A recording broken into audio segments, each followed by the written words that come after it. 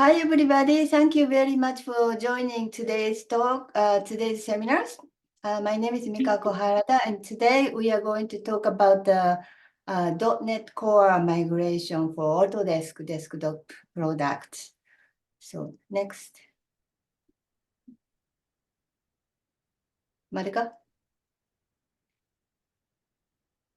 So safe harbor statement. So before we say anything else, today we are going to talk about next major release of desktop products. So obviously we are including forward-looking statement.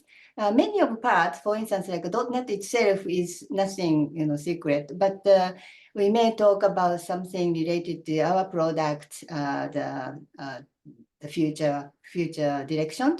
So if you hear something about forward-looking statement, please don't make a purchase decisions based on that. Next.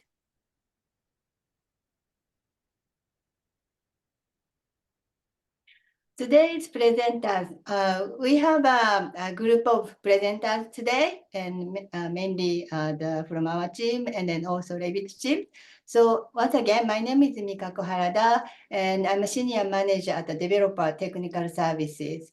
And my focus is AEC, and then our team is part of the ADN Autodesk Developer Network, and then APS, Autodesk Platform Services team. And Maduka, do you want to go next? Yes, thank you, Mikako. I'm Madhukar. I'm based out in Bangalore, India. I've been with Autodesk for almost a decade. I look after anything related to platform solutions and emerging businesses, AutoCAD, AutoCAD verticals, OEM, Real DWG, design automation, and .NET. Now, the modern .NET is the new my favorite. That's all about me. Thank you for joining this webinar. And so?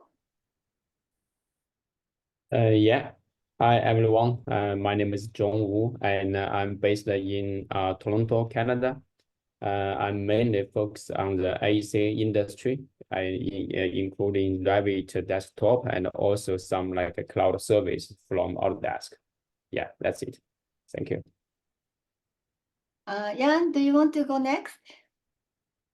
Hi, my name is Jan Richter. I am a software architect on the Revit team, responsible mainly for UI and also all things .NET. Thank you. Derek? Hi, everyone. My name is Derek Stratton. I'm a software engineer on the Revit team, based out of the Boston office. And I also worked on the .NET Upgrade project for Revit. Thank you. And Michael? Hi, everyone. This is Michael Morris. I'm a principal software engineer on the Revit team. I helped organize Revit's upgrade to .NET 8. Thanks for all coming. Yes, and then Michael's name, you may have noticed if you have looked at the migration guide, he's helping a lot about this migration. Thank you, Michael. And then behind the scenes, we have Kimberly, the farmer. She is the one, she is the community manager for Revit, and then she's the one initiated this webinar. So thank you for that. And then we are supposed to have one more person, Chandra, for Inventor side, but maybe he's joining later. So let's move forward. Next slide, please, Maduka. Today's webinar, the objective of today's webinar is that first, Autodesk is moving to .NET Core 8.0, and the main purpose is to raise awareness among our developer communities. And we also recognize that the majority of what we are talking is not just limited to Revit, so I invited the AutoCAD and the Inventor team as well. And our main purpose for the first one is probably halfway done because of this webinar announcement itself. But the main thing will be we want you to start migrating and testing now, not after the product is already released and too late to change. And then if you have any the issues, experiencing issues, then please report to us as soon as possible. That will help us, our product to the in a better qualities. And just to make sure what is covered for today's webinar is that we want to point to get started with migration materials. So some of you are already ahead of our this migration work. You may find a little bit redundant. So bear with us. We have still plenty of developers who didn't even know the migration is happening. So we just wanted to make sure everybody is on the board about this migration effort. And this one is not just for one product, it's actually a company-wide effort. So I just wanted to make sure everybody is aligned with that direction. And we also have the couple of Revit team the joining, Revit engineer joining. So we want to use this opportunity to ask them to share our side of experience for the developer communities. And then just wanted to make sure this is not about the product feature API update. So if you are expecting that we are going to talk about product features included in next release, we are not going to cover about it. So just to be aware. Next.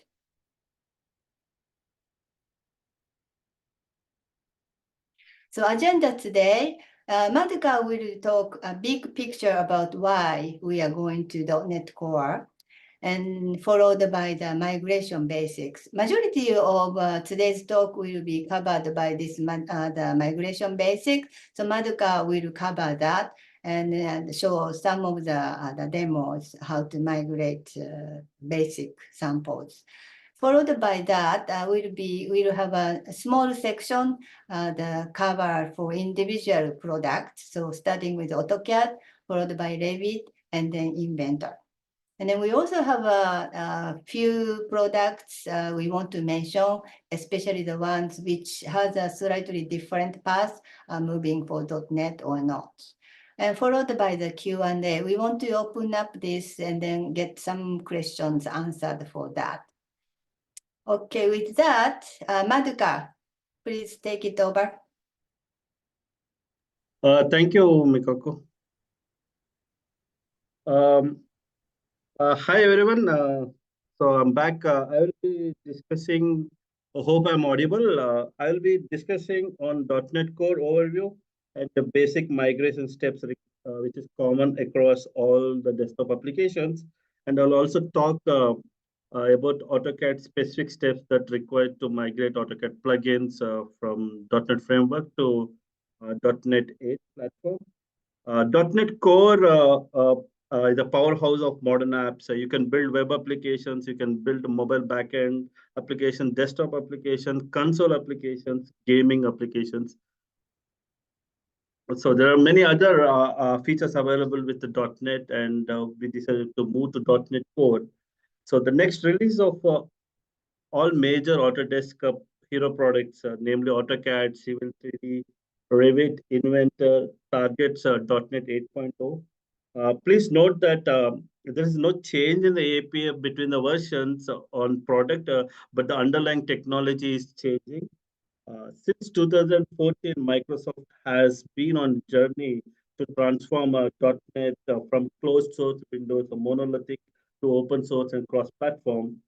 And this new .NET was called .NET Core. In 2020, in the year 2020, the effort reached a sufficient maturity. The most of the old code targeting .NET could run on the new .NET Core.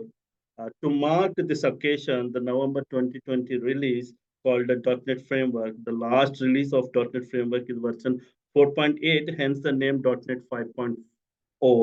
Microsoft want to indicate that new .NET 5.0 supersedes .NET 4.8, but this is not just a version upgrade, or it's not just a version change, but there has been an astronomical change under the technology. So we will be understanding the state of the .NET framework. Microsoft announcement clearly states that .NET framework is in maintenance mode with all future investments and development are in the .NET Core, while Microsoft promises to keep the .NET framework alive as it is a part of Windows. We staying on the technology which is in maintenance mode will limit our future features and bug fixes.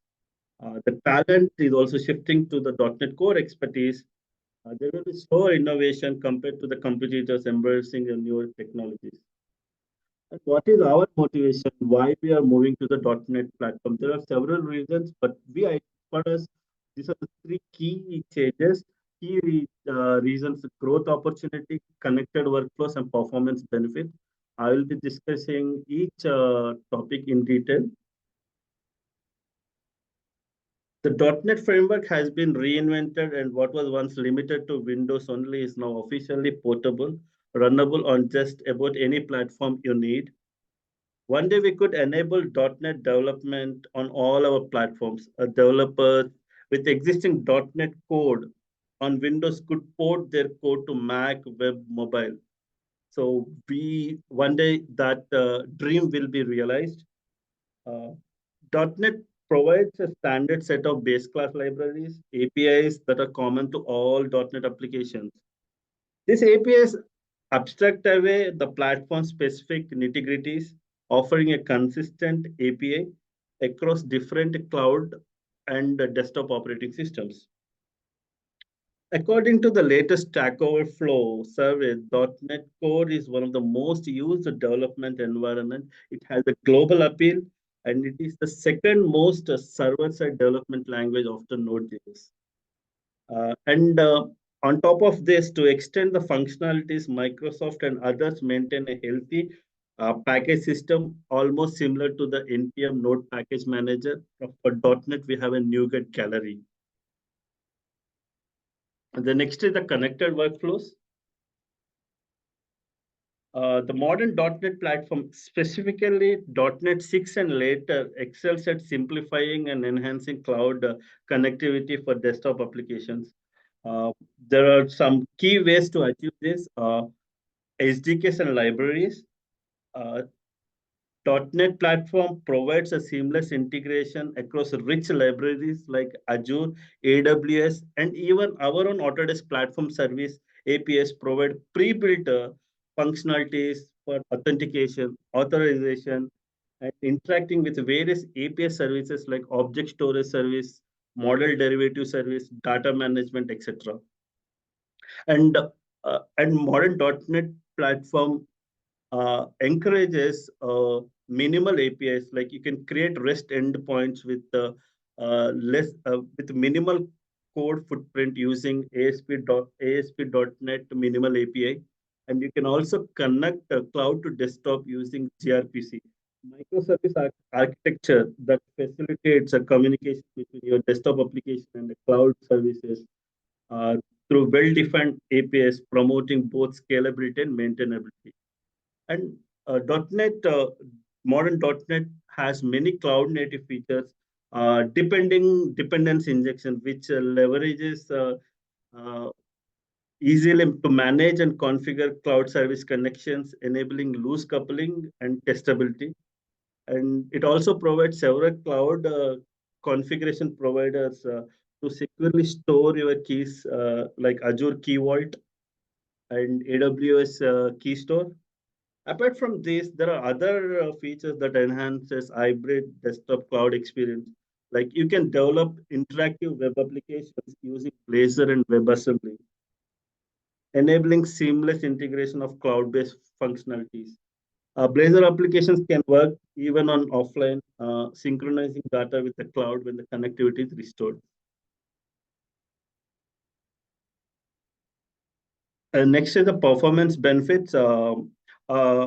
These performance benefits are boosted by the Microsoft. .NET Core focuses on core functionalities, shedding the unnecessary and legacy components. This results in a smaller application and faster startup times. .NET Core uses a more advanced JIT, just-in-time compiler that optimizes code specifically based on the target platform. So a different JIT is employed based on the target. If you're using x86, x64, iOS, Mac, so a different JIT is used. .NET Core heavily emphasizes asynchronous programming, enabling efficient handling of concurrent requests without blocking threads. This translates to high throughput, lower resource consumption, especially on the resource constrained environments. .NET Core applications are easily containerized using Docker or other tools, facilitating deployment and scaling across a diverse cloud environments. There is no change in the performance on API or like product API, Revit API, or AutoCAD API, or Inventor API due to change from .NET 4X to .NET 8. The way you use API remains changed, only the underlying technology will be different.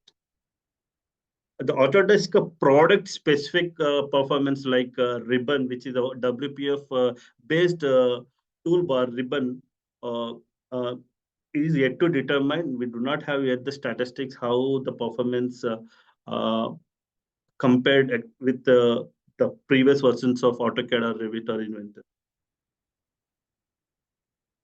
Migration basic, I will, in this section, we will discuss the basic migration steps, which are common to all the desktop applications. For complex or edge cases, you need to custom plugins. We provided links to learning materials offered by Microsoft. I will also show those links in the coming slides. Visual Studio 2022 is the recommended development environment for all the desktop products.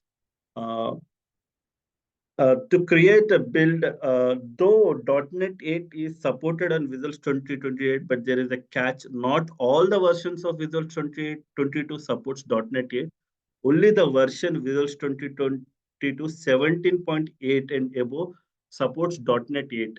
And again in Visual Studio 17.8, not all the versions will include .NET 8 tool.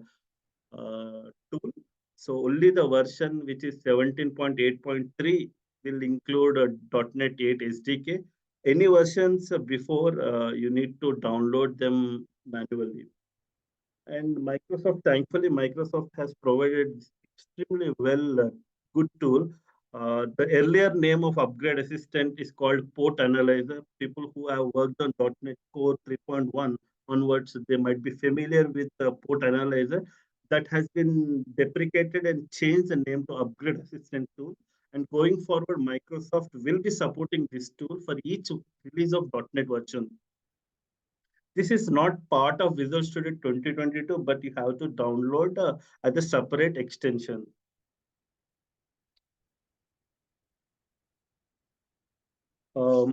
This is an overview of porting from .NET Framework to .NET 8. This is a good reference material if you are migrating application from .NET Framework to .NET. You need to consider the several steps that are required. It consider both desktop technology and Windows specific APIs as well. The next is overview on the .NET Upgrade Assistant. As I said, Microsoft is planning to invest on this tool, so they will be updating this tool for each version of .NET. So if you look at this tool, so it contains all the steps like how after downloading, where to find the upgrade button in the menu. And it also provides a detail. Upgrade Assistant available as a .NET tool and as well as an extension, as well as MSA package. But I would recommend either go through as a MSA package or download through extension. Do not use .NET CLI. Next, breaking change. This is the most important and interesting article. This reference section will be updated time to time for each versions of .NET. Let's look at this. Sorry. So I can see the breaking changes in .NET. I can filter by the title or by the version name. If you look at .NET 8, so I can check for the category window forms. And the interesting one for me is system Windows extension doesn't reference system drawing common, which is the most widely used namespace, system drawing common. All your colors, bitmap are available in system drawing common. So there is a change. Microsoft provides very clearly the in which version the change has introduced, what was the previous behavior, what is the new behavior, and what is the reason for change, and and what is the category this change will have an effect. So it's a very nice. I would bookmark this article. I would recommend you to bookmark this article. Uh, Next, let's get back. Um,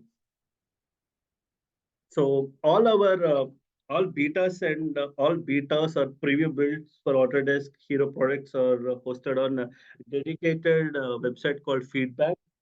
This is a closed network, allows engagement with the beta partners.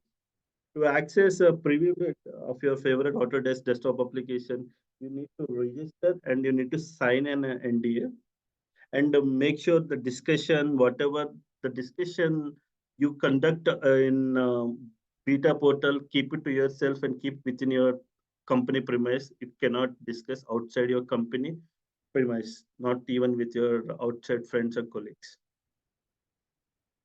Uh, and and each desktop product has a different project name under feedback. For AutoCAD, it's called AutoCAD Customer Console, and for Revit, it's known as Revit Preview. For Inventor, it's factory design and utilities. For Civil 3D, it's known as infrastructure features. And once you go through the different projects, you will be finding the discussion forum and migration guide. You can find for AutoCAD how to create, build, and debug. And this is a very basic. If you want to build an application from scratch, and this is a good place to start. And this is another uh, article provided by the Revit engineering team, basically capturing their experiences while migrating Revit from .NET framework to .NET. Not only this, we have this article also consolidate the shared knowledge across different engineering teams. This has been a mammoth task for different engineering teams to move.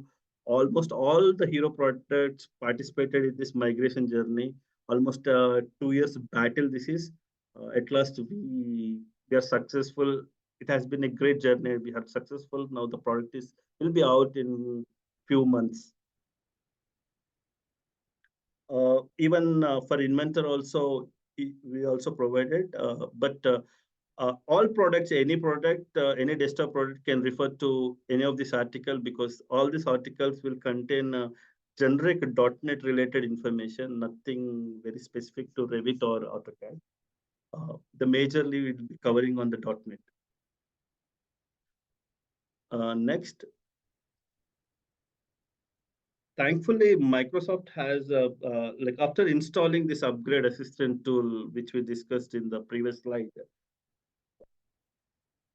now that's available when you open the project which you would like to migrate to the next version of .NET, you should be able to find upgrade, click on the upgrade, and it will start upgrading your project from .NET Framework to the next release of .NET. It will have several instructions. We will see that in action. Though Microsoft has provided this fantastic tool, .NET Upgrade Assistant, which resolves most of the pain points by setting the right configuration. However, it's important to double check if the target framework is set to .NET 8.0 Windows. If your application uses WPF, check whether the flag use WPF is set to true. If your application is using Windows Forms, check the flag use Windows Form is set to true. Next, after migrating your application to the new .NET, you can remove the references that's coming from the .NET framework. Now all the references related to Microsoft are picked from the .NET. So if you install .NET, these are the packs I have. So if you look at there is a different pack for a different target, x64, x60. Whereas this and this are common. These are not. These are a platform independent, but these are a platform dependent packs. So in general, you need this one, this one. That's it. Based on the platform, this will be picked. But you need not be worried. You need not be concerned about that because most of the time, .NET Upgrade Assistant will take care of it. And after migration, there will be some incompatible packages, uh, references, and obsolete code. You need to fix it. On the right side, you'll be seeing something called MSB stands for Microsoft Builder Warning. If you're seeing these warnings, as I said, you need to include Microsoft Windows Desktop app. Let's see one example in action. That's a Revit sample.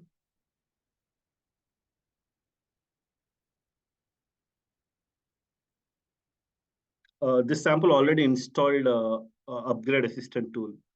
Now we are upgrading it. Selecting, we are choosing the in place.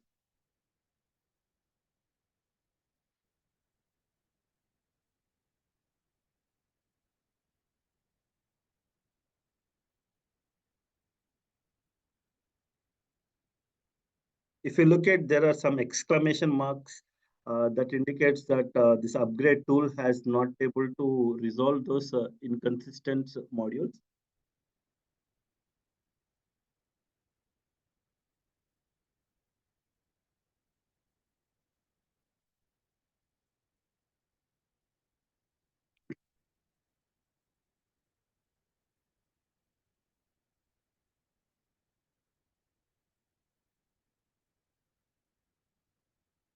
We are adding project reference from Revit preview build.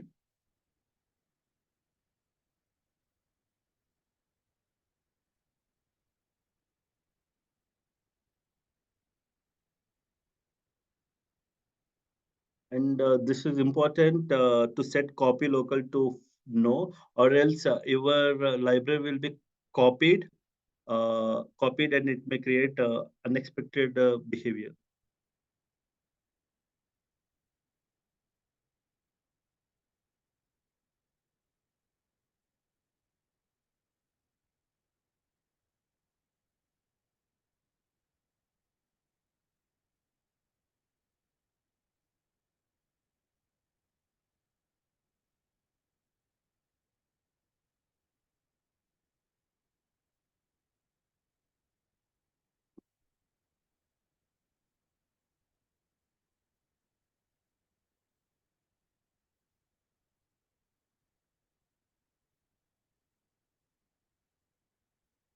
This errors only come when you refer references Revit or Revit assemblies or AutoCAD assemblies. Assemblies like Revit API, AutoCAD assemblies like AC Core MGD, ACDB MGD model directly from the product. You would not get these errors if you're using NuGet package. Revit, we don't publish NuGet packages, but AutoCAD, we have NuGet packages. Okay, let's go to the next part. As I said, the build warning, the reason for build warning is when you code references um, a .NET module directly from Revit, because Revit has a dependency on the desktop technologies and as well as the ACDB MGD. So to fix this, you need to add a Microsoft Windows Desktop app. And if your code has OS specific functions, then Microsoft has provided a platform attribute. This platform attribute can be decorated on method, on class, on assembly. Here we are doing on assembly level so that the entire DLL will be Windows compliant.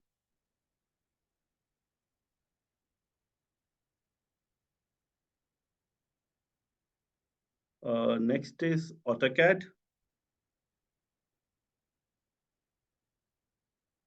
The code word for the next release of AutoCAD is called when, and for civil it's called whale. Heads up, the upcoming release of AutoCAD introduces a binary breaking change. This means both ARX and .NET. This is the first time in the history of AutoCAD that's happening where you have to migrate both ARX and .NET.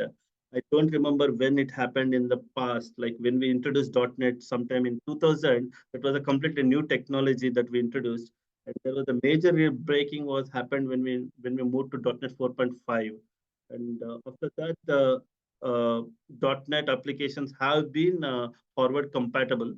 But this next release is very unique, where we are breaking both ARX and as well as .NET. Of course, there is no change in the drawing format. So for compiling, since it's breaking ARX, for compiling your managed applications or C++ CLI applications, you need to build with 143 or VC 14.3 toolset. And I have a special note for App Store developers who are targeting application for multi versions. Please ensure that in your package contents, you set the bounds correctly to 25. If you do not set that, if you do not set the bounds, there is a risk your migrated .NET app might load in older versions of AutoCAD, potentially causing compatibility issues. Or older .NET applications might load in the new AutoCAD, leading to unexpected behavior or failure. So if you're migrating a .NET application from 2024 to 20 next release, make sure that target that DLL or module to be loaded specifically in the targeted version of Revit or AutoCAD or Inventor, just to avoid any undefined behavior. And this is very specific to AutoCAD. If you have a COM interface, you need to we have changed the program ID from 24 to 25.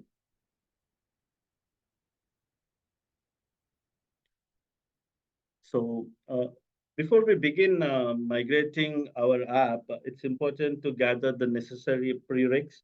As I mentioned in the previous slides, we will be using the AutoCAD Customer Console for downloads. So once you go to the AutoCAD Customer Console, from the home banner or from the breadcrumb, you can go to downloads and download SDKs and NuGet. Here is what you need to do depending on your app type. If your app is a pure .NET application, download appropriate NuGet packages. And if you are migrating a mixed managed or C++ application, download Object ARX SDK for AutoCAD Beta.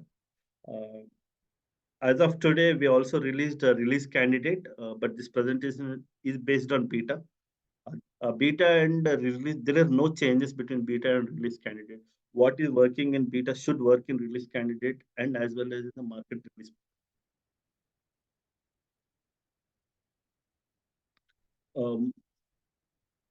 During the beta phase, AutoCAD NuGet packages are provided as individual loose files. Once the product officially released, they will be hosted on the NuGet gallery. Download the required package files to your local disk. In the NuGet package manager, add the download directory like I have added. And to ensure NuGet such as both online and offline sources, set the package source to all so that it will fetch us both online and offline. The NuGet packages are offline loose files. Let's see the migration in action. I'm migrating a tab extension, which is a SDK sample in .NET. So I'm creating a new package source. Click on the plus button to create a new package source. Here you will be adding the name. and make sure you need to select the pre-releases, because AutoCAD NuGet packages comes under pre-release. It's a beta. So you can see AutoCAD Win Beta.NET API.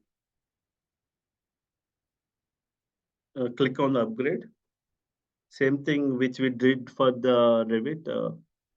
The only change is that how to use the NuGet packages instead of directly referencing AutoCAD libraries from the install folder.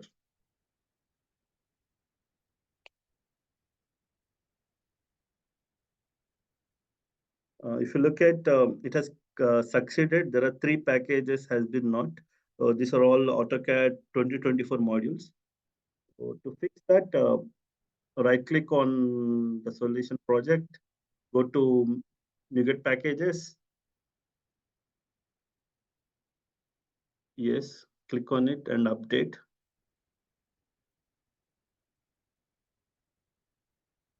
And browse.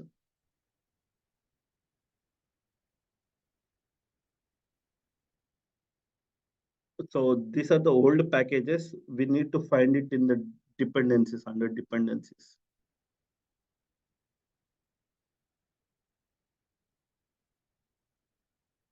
Install.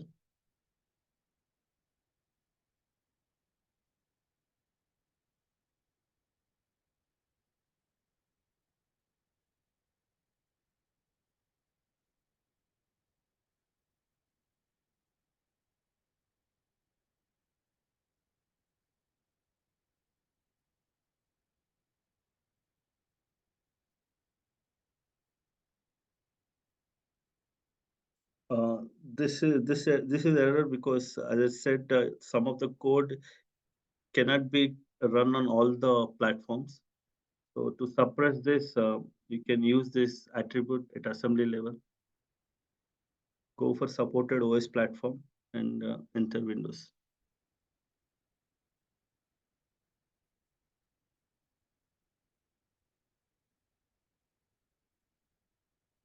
That's it. In the previous slide, I showed a very basic example application. However, when migrating more complex application like MGDBG, you will encounter breaking changes, and these are the breaking changes specific to MGDBG. You can find the differences between .NET Framework and .NET 8. The context menu, which is a control on form, Windows form has changed to context menu strip. A menu item has changed to tool strip menu item. Thread.abort, like when you spawn a new thread and you, in a scenario like you spawn a new thread in a different control and a user accidentally cancel the control, you need to abort that thread.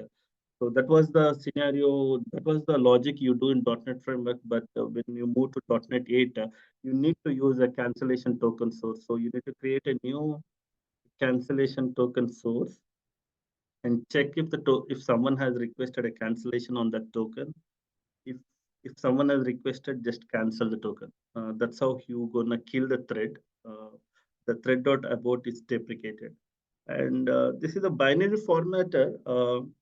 Microsoft says that going forward from .NET 9, it will be completely deprecated. But for .NET 8, they have provided a flag to avoid that error or warning. But there is a challenge for us because Microsoft has not provided any knowledge guidance to us. Especially, this is a problem when you have a Windows form, you added any control into like image list, and to serialize these resources and deserialize these resources, we used a binary formatter in .NET Framework. No, we in the sense, not we, Microsoft Windows form-based designer has used that. So there is no way for us to interject the code and change it. We are waiting Microsoft team to provide a knowledge guidance how to fix that. Probably they will be providing it. Our colleague has logged a defect with GitHub. You can see here. So he is our colleague from AutoCAD team.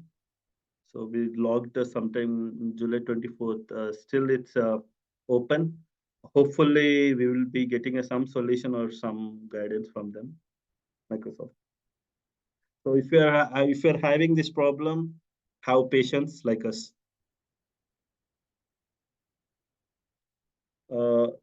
Another key change between .NET Framework and .NET Core is the kind of debugger you need to select. You must select the managed .NET Core part if you're debugging a pure managed application. But if your application is native or C++ CLI, you also need to check a native and managed .NET Core, not managed .NET 4X. That's a old to debug older framework. For newer ones, you need to select .NET Core.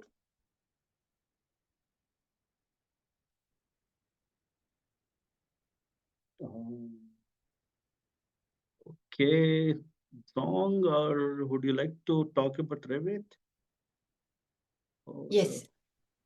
So next, I'm going to talk about a little additional information Revit, which might be specific to Revit, or maybe it's applicable others, but we are not aware.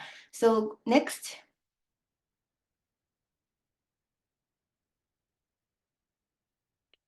So one thing, we have this the version, the conflict every once in a while, and then one of the most popular ones we share with the developer communities is CF Sharp and then Newton Soft versions. So for the Revit January previews, these are the versions we are using right now. However, I think Michael, maybe you can chime in. There's some comment. Yes. Yeah. Yeah, this is what we have for the Revit January preview. However, the versions are going to change for the Revit February preview because we had a bug and we needed to change our targets. So when the February preview release comes out, please check these versions again. And then this is another reminder that anything might happen. And until we really see the final release, please keep eyes on those versioning or some changes. Okay, thank you, Thank you. Michael. And then Madoka next. And then another thing, we tried, our team, the DevTech team tried a few migration by ourselves, but in parallel, the Revit team is the migrating SDK samples. We have more than 100 samples right now. And then just a little tips, when you are try to do some, let's say, the test of how to migrate, you may try to choose one of the small samples in SDK samples. I found that the ones which defining a target, I forgot, prop, like I forgot, prop, some folders. If you want to use that, you may want to change this target before you use this upgrade tools. I was trying to use that tool before changing these target files, and then I needed to bang my head a little bit, but after Michael gave me a hint, maybe it's easier to do it first. Then it was. Are you referring to the Visual Studio props and targets files? Yes, VS props. Thank you. Okay. Yeah. Yes. Yeah, I took your advice. Yeah, I took advice and then changed that one first. The Okay. target one to Revit January, targeting to Revit January release. Then it was smoother than the ones which you use opposite, afterwards.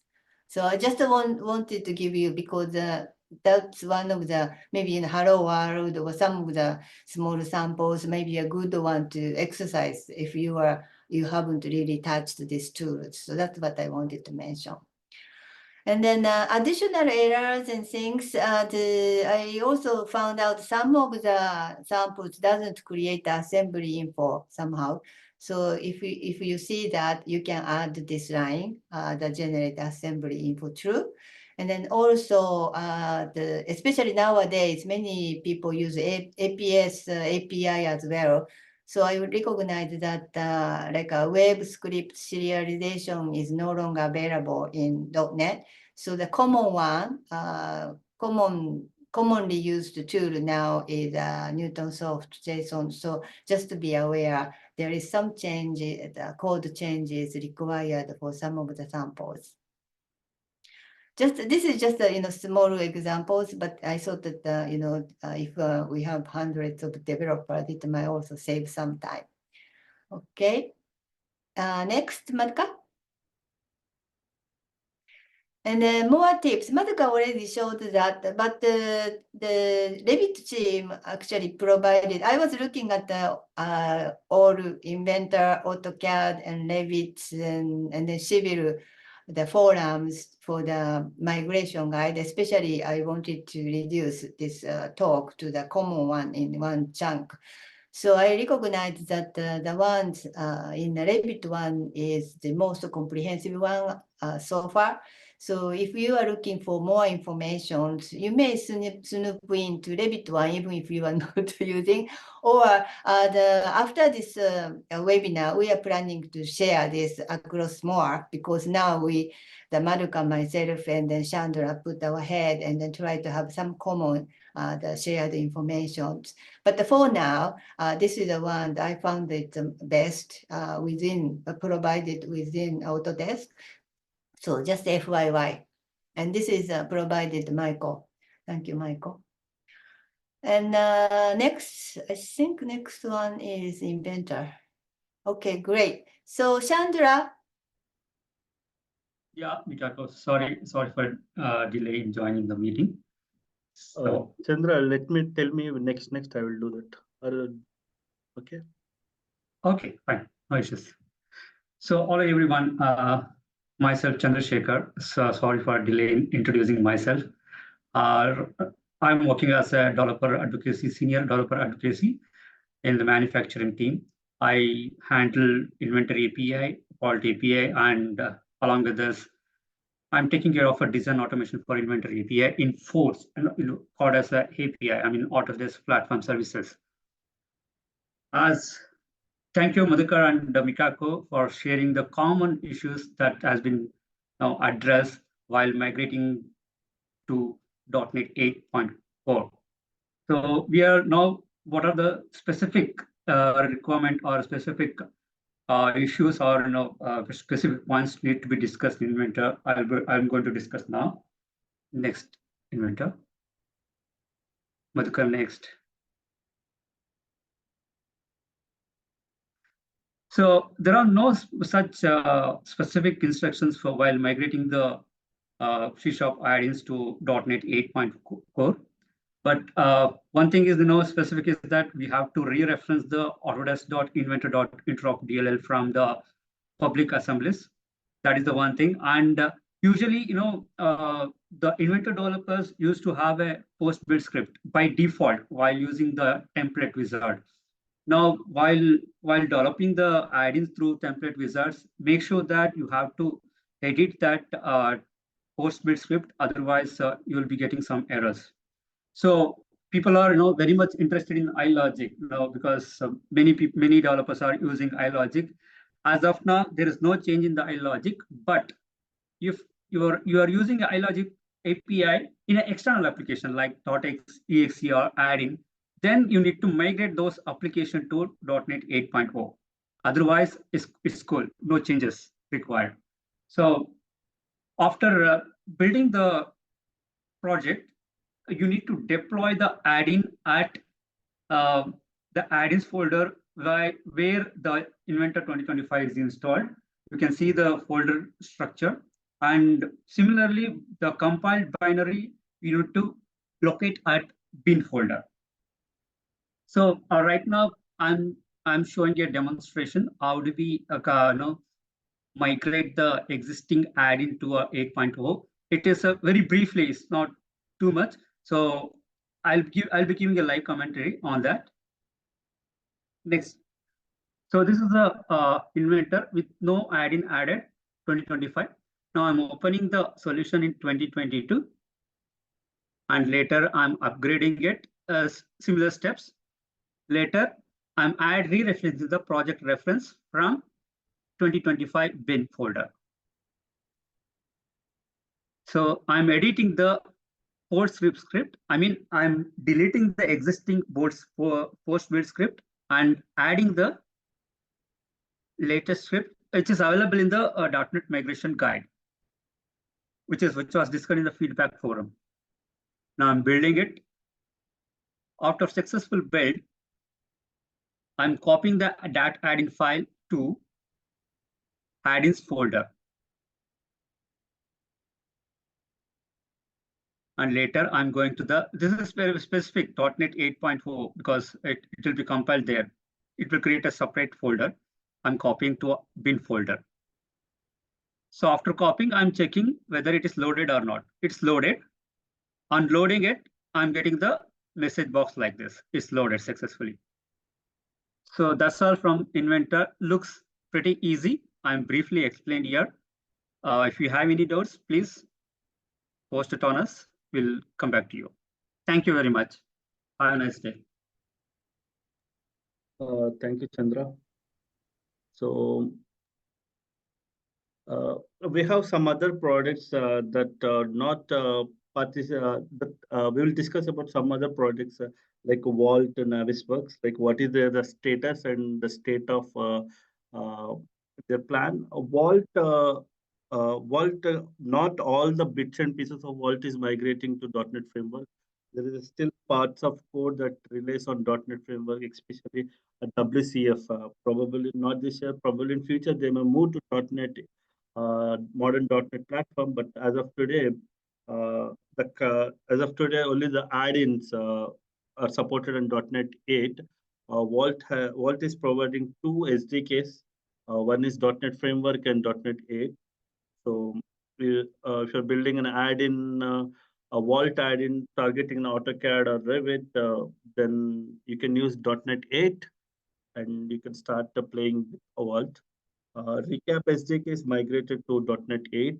Navisworks will remain on .NET 4.8 until further notice. Okay, question and answers. Okay, thank you very much, everybody. And then we have some, we have actually quite a few questions. So board one we just covered, and where is map? So Madhuka, map is part of the AutoCAD right now, Yes, right? yes. AutoCAD, when I mention AutoCAD, it covers all its siblings. AutoCAD, AutoCAD Plant 3D, AutoCAD Electrical, Map 3D, Real DWG, all applications which are based on AutoCAD kernel should follow the same instruction. And then I noticed, is there a NuGet for Inventor? And then answer, Chandra? No? Yeah, at present, there is no NuGet is required. It's an easy process, and you can follow simply the guidelines given in the feedback forum. Okay, thank you. So maybe you can just go through everybody can go through this Q&A. So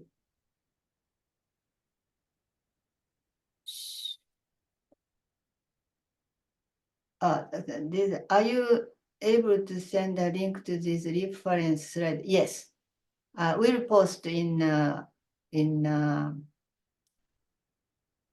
feedback portal, the forum. And then board client, so this covered, right? So will board client also be updated to .NET 8? Chandra? Sorry? Or Madhu? So there is one question like, will board client also be updated to .NET? I'm not getting it actually. Yes, I think, Okay, I think Inventor Vault will 25. be Okay. updated. Oh, okay. You mean to say no idea at the moment. we'll come back to you on this because Neil Munro is posted the question, I believe. Am I right?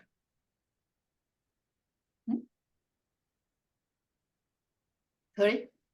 I think the question is Vault has both server and client, right? I don't think Vault client is moved to .NET 8. Only add-ins are supported on .NET 8, but the Vault still remains .NET framework.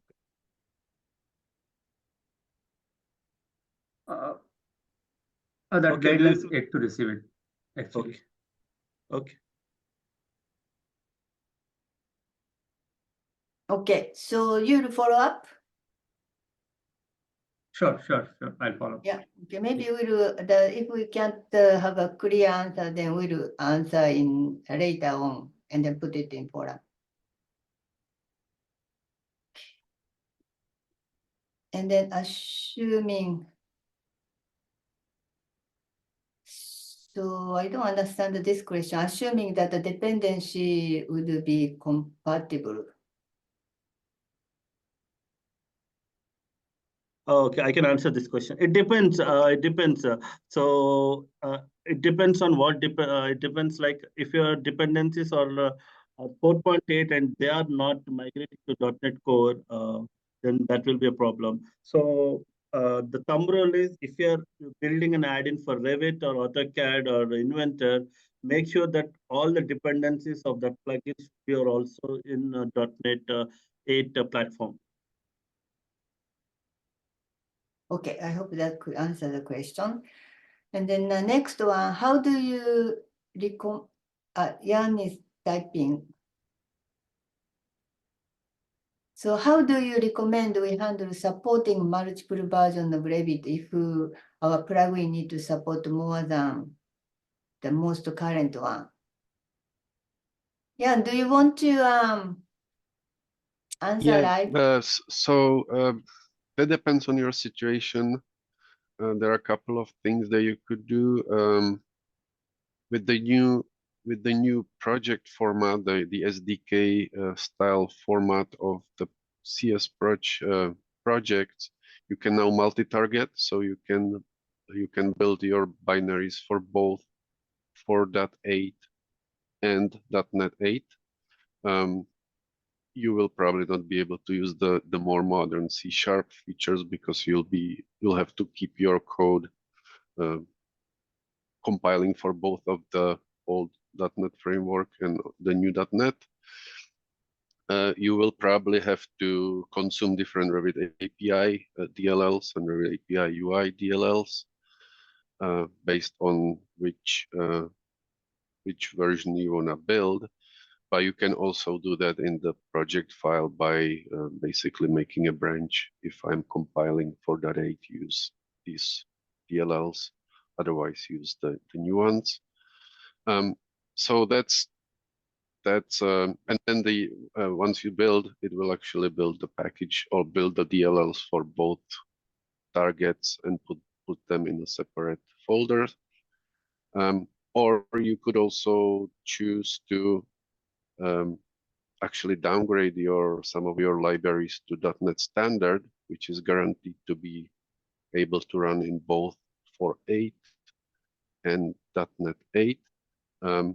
But there are some limitations to that. So if you have some common code libraries that don't use WPF or WinForms, you might be able to do that.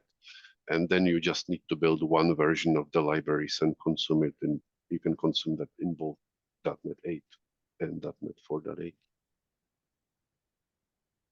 Great, thank you for sharing, Jan. Yeah, another thing I'd like to add to that is it's very likely that you'll need to be consuming different packages, different NuGet package versions to support .NET 4.8 versus .NET 8.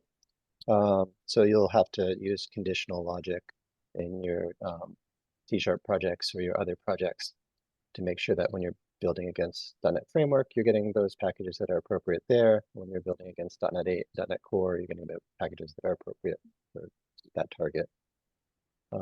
There was a point in time where all of Revit was using build flags to build in both .NET 4.8 and .NET 7, actually, because we went to 7 first. It's certainly possible to do, but it's going to require some if-else logic in your projects.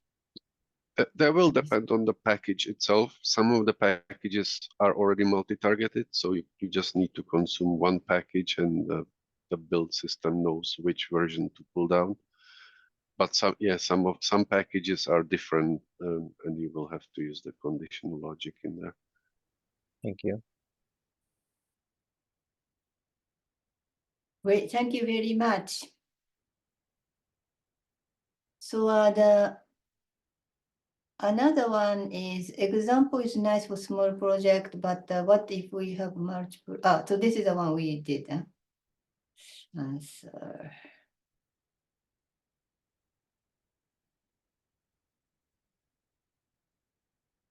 So maybe we can go to the Object-RX one. So does Object-RX wizard generate C++ CLI sample project to .NET platform? Yes, probably. It is not yet migrated yet, but there is a plan to do. So Object-RX wizard, which has been doing this C++ CLI targeting .NET framework, will eventually has to target .NET. This is under consideration. Yes, to answer your question, answer yes.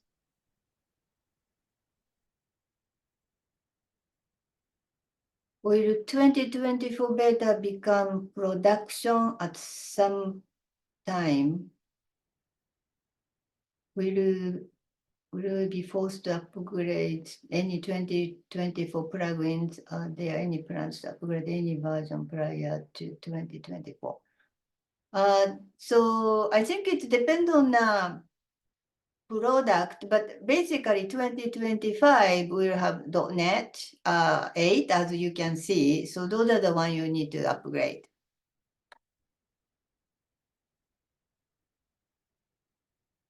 So are there any? So we are actually multi versions. We talked about it. Maybe you can pick up some other. We have plenty. So I think, sorry that we have plenty of questions. We may not be able to answer everything, but we'll follow up. You can come back with a forum. So let's try to see, like, Plant 3D, it should be part of the AutoCAD. Yes, Plant 3D is part of AutoCAD. Any vertical application that uses AutoCAD kernel has need to. Okay. Okay. Does somebody saying like in desktop app we use Marshall dot get active object invent. So this is like a COM maybe. The Chandra, do you have experience? This sounds like COM in the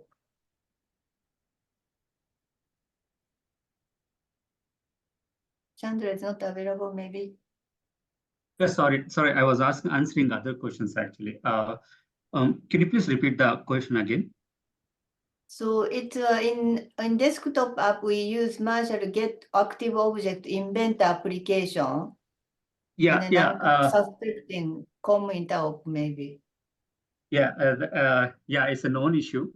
Before 4.8, the get active object method has been absolute. So there are new methodology to access the running COM object. So it is available in the internet, especially in the Stack Overflow. People can refer that. So what I mean to say is that it is not specific to Inventor. It is in general changes from the Microsoft. Okay, but it's a known issue. And there is a it's a known issue. Before 4.8 framework, the method has been absolute.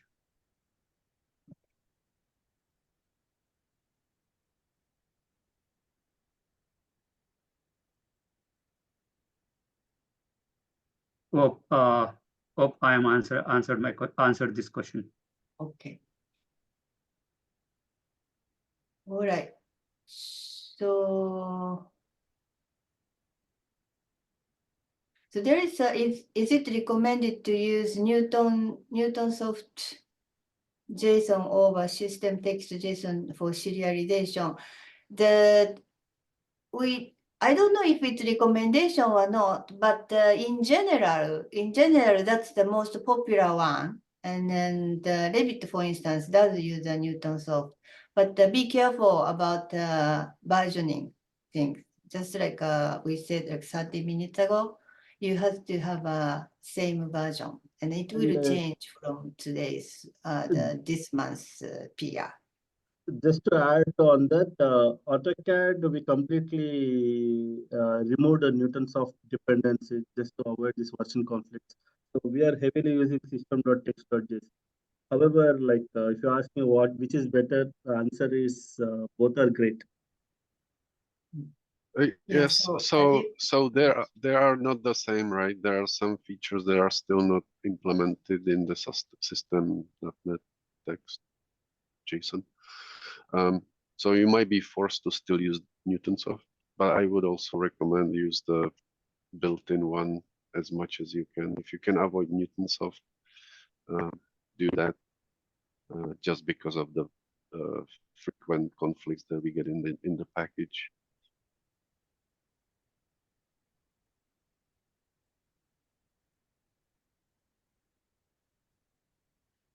Okay, so there's another one.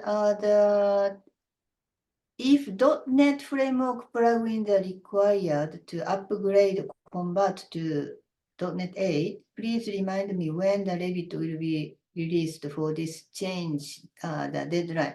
This is a very common the question whenever we have released. So we cannot say exact date because of the implication for the business side.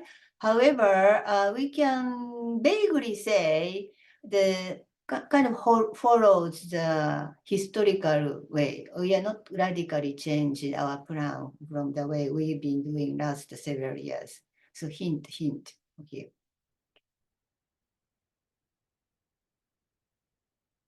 Okay, so I'm just randomly picks for the ones which coming at earlier time because some people pointed earlier. So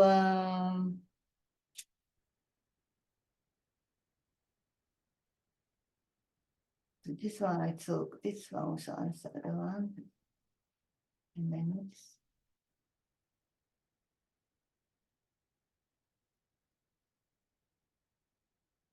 Okay, so this one, there's ones around 1146 saying that I noticed that this is Revit. January Revit preview also cares about the specific version of Microsoft WebView 2, while Revit 24 did not raise warning.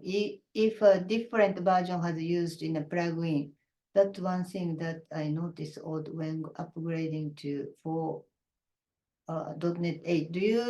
Does anybody from Revit team has comments about this?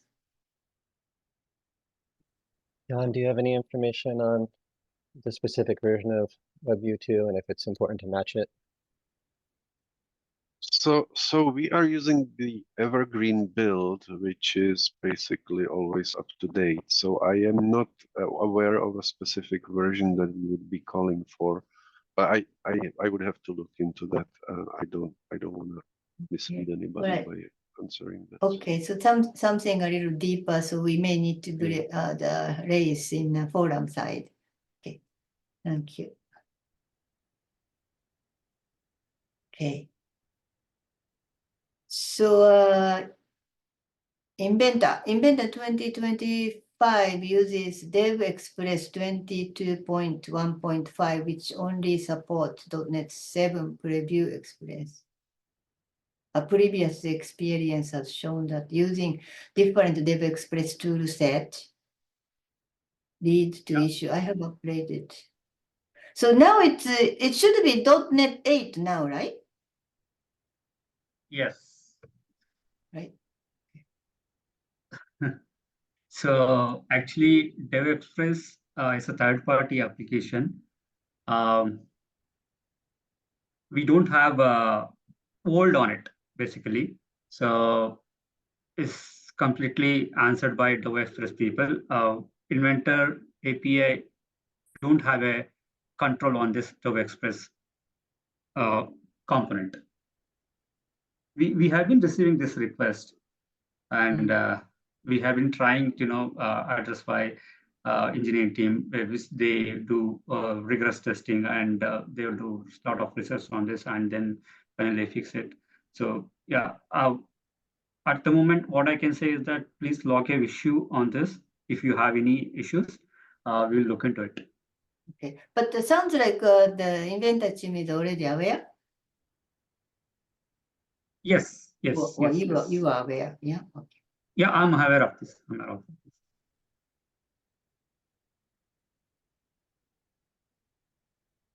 Okay, so NuGet package, we also answered already. So no NuGet. And Chandra, okay, so please type. So one question, Revit, will it be possible to use WinUI 3 in Revit plugins?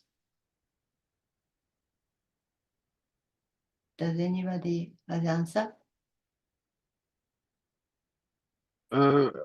I think it should be possible. We haven't tried it, so Okay, I don't know. I don't know the definitive answer, but it should be possible. should be possible. Yeah, maybe Just as somebody tried it. yeah. Yeah.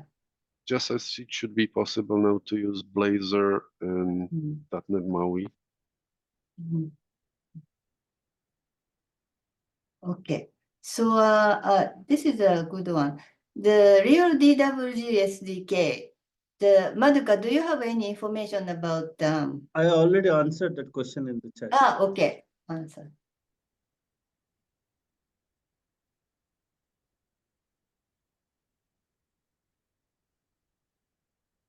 So another Revit related one, would Ion Python still be runnable from within Dynamo in Revit 2025?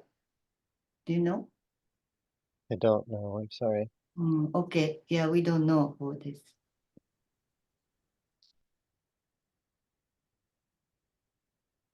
Is there any benchmark indicating any speed improvement as we are talking big step to .NET 8? This is still, we are still need to test, right? The performance.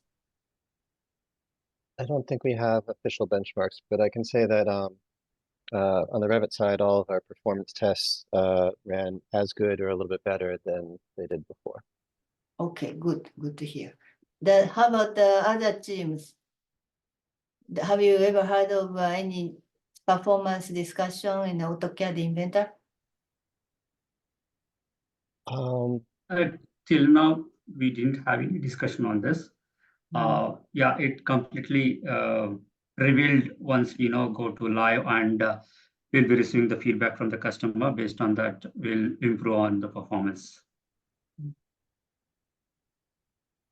Okay. So we don't.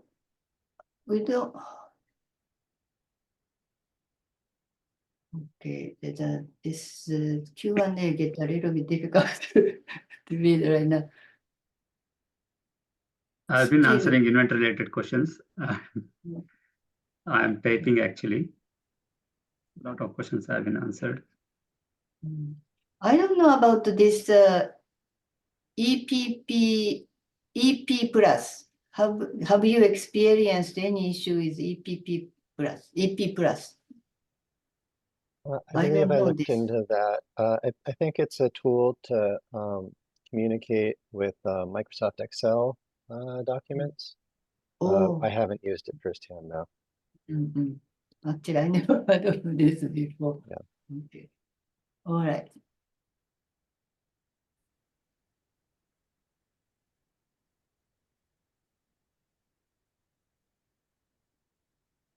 Okay, so maybe we can take one last questions. What are the impact with Revit entitlement programming code? So this probably entitlement one is the ones for the app store app, right? It should be the same because its API itself is a REST API. I believe it's probably common for AutoCAD and the Inventor as well. There is, I think, with the change of .NET framework or .NET Core, there won't be change. Entitlement API is a REST API, so you even in the latest versions of .NET, you can still call the entitlement API. So as a matter of change from 4.x to 4.8.0, there won't be any change in the entitlement API. Okay, great. Thank you very much. So we had like 80 questions so far. Everybody, thank you very much. I think this is the most, the highest number of the question and answer. So sorry that we couldn't answer. We still have 10 or more so, but we'll try to follow up with additional answer Q&A in Word doc or something, and then post it in the feedback portal. So, okay, once again, the Madoka, I think you already, can you move back like two slides up?